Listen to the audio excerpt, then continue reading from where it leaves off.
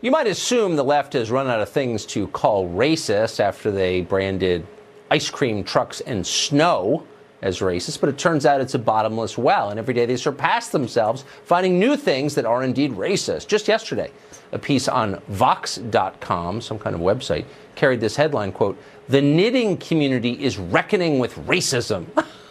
For evidence, the author of the piece, Jaya Saxena, pointed to the cost of the hobby and a prominent knitter being excited to visit India on vacation. That's very racist, apparently. We contacted Saxena, first to make sure this was serious and not a joke, and second, we wanted to know how to fix the problem. Do we need a new government agency, yarn subsidies for community of color? Sadly, she has not yet responded to our request. She's obviously welcome on the show anytime she's free. In the meantime, Robby Soave is Associate Editor at Reason, author of the book Panic Attack, Young Radicals in the Age of Trump. He joins us tonight. Robby, it's great to see you. Were you as surprised as we were to learn that racism in America is so bad that those old ladies with knitting needles you see on the bus, they're bigots? You know, it's because of that tendency that is unfortunately so common, I think, on college campuses these days to find something else to be furious about, even if it strikes absolutely everyone else as completely ridiculous. I mean, this knitting blogger, right, who had said the purportedly offensive comment about visiting India, I bet you could not find a single Indian person who lives in India who would be offended by that. This is only something that affects. It's totally right? true.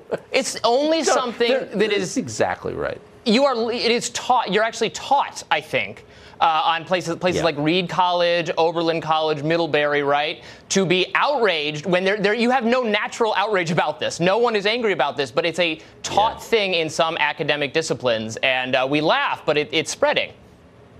You really have to be a precious white liberal to be upset about this. Will you do me a favor, because I know that you're one of our country's great chroniclers of this sort of thing and a great spotter of hate hoaxes. Will you keep these pieces for future generations as we look back? I'll probably be dead by then, but our children look back and say, you know, what happened to America in 2019? You will have the evidence to show them just how crazy we are, what mass hysteria looks like. I will preserve the knitting needles for future the blood-stained, racism-soaked knitting needles for future generations to remember the strife we went through at this frustrating period in time.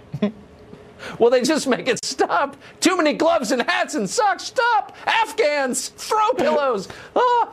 Robby Soave, great to see you as always. My pleasure.